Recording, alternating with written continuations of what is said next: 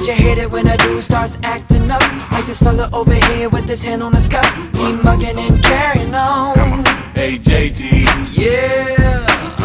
why these dudes keep staring at us? I don't know, but I'm about to find out what's up. Be easy, don't take it too rough. Talk to them. I'm not being cocky, I just noticed that she was looking at me. Chill, homeboy, be cool, cause there ain't no reason for all that.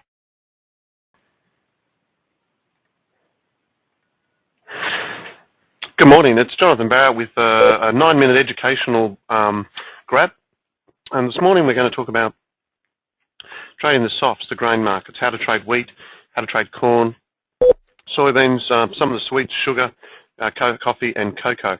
There are several ways to do it. We're going to mainly focus on some of the techniques, some of the reasons to why we buy and sell, fundamental, technical analysis, and also focus a little bit on what's actually happening in the market and also the products that people can use to actually invest in these markets. Okay, so how do we trade the softs? Well, let's have a look at the trader first. And as you can see here, the trader in itself, the Falcon trader, has a lot of information. It's always important to get a multiple asseted platform because you can trade a lot of these commodities via different methods. Here's wheat at the moment. Let's just have a look at it. And as you can see, it's been the major focus at the moment for what the markets have been looking at. And as you can see, obviously with the concerns in Russia, there's been a lot of opportunity in the market for people to look at. And as you can see, last night it was down 5%. So you've really got to choose those products that will enable you to be able to quickly assess and quickly get in and get out of the market. So if we were trading wheat, what are the three or four major ways you can trade it?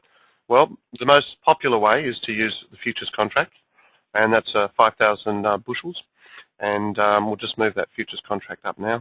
Have a look at it. The code here is ZW. When we choose a month, probably one of the most liquid ones. There's the September one at the moment. And the wheat futures, is that traded on the CBOT?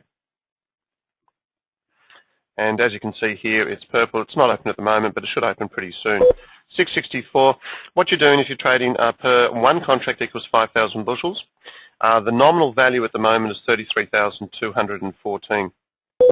So when you can see that, you can pretty much see that that's the amount you are actually trading. And the initial margin there is $3,375. So as you can see, it's roughly around about 10%.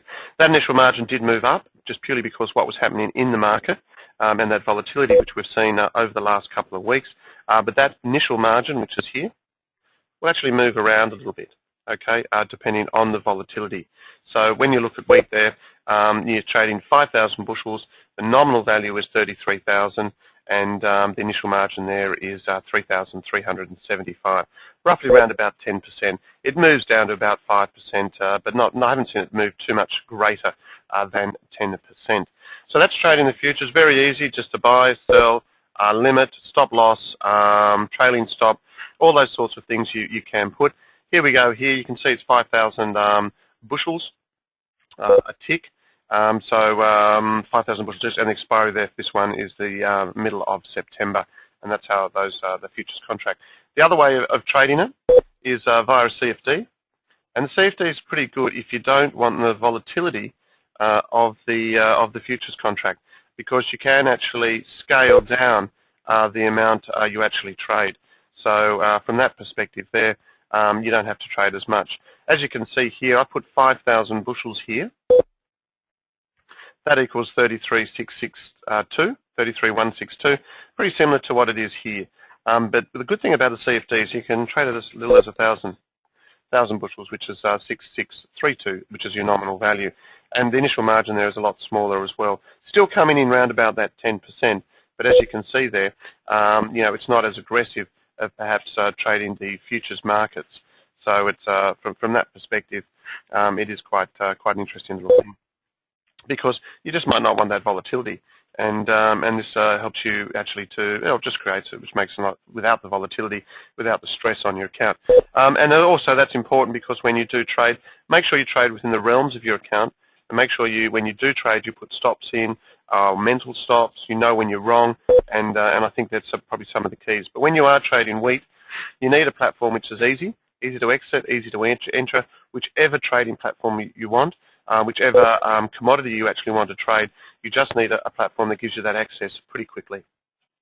Now, there are two other ways you can actually trade it via an ETF and an option, but one of the keys with an ETF is you've got to make sure that the actual ETF tracks the futures contracts very well, because what we have noticed in past is that some of the actual ETFs don't actually mirror correctly the actual underlying, and to me that is a big concern which you've actually got to look at. And there are quite a few ETFs out there.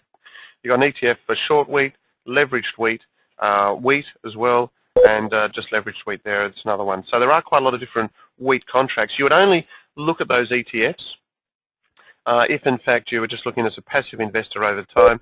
But as I said, as a stress, do keep an eye on whether or not that ETF actually coincides with what the market is. I mean, that's a normal ETF there, or leveraged or non-leveraged ETF wheat. You always want to make sure that that actually does mirror, in fact, what the underlying commodity is actually doing. If it is, that's good, but if it isn't, then I'd just be a little bit careful on that.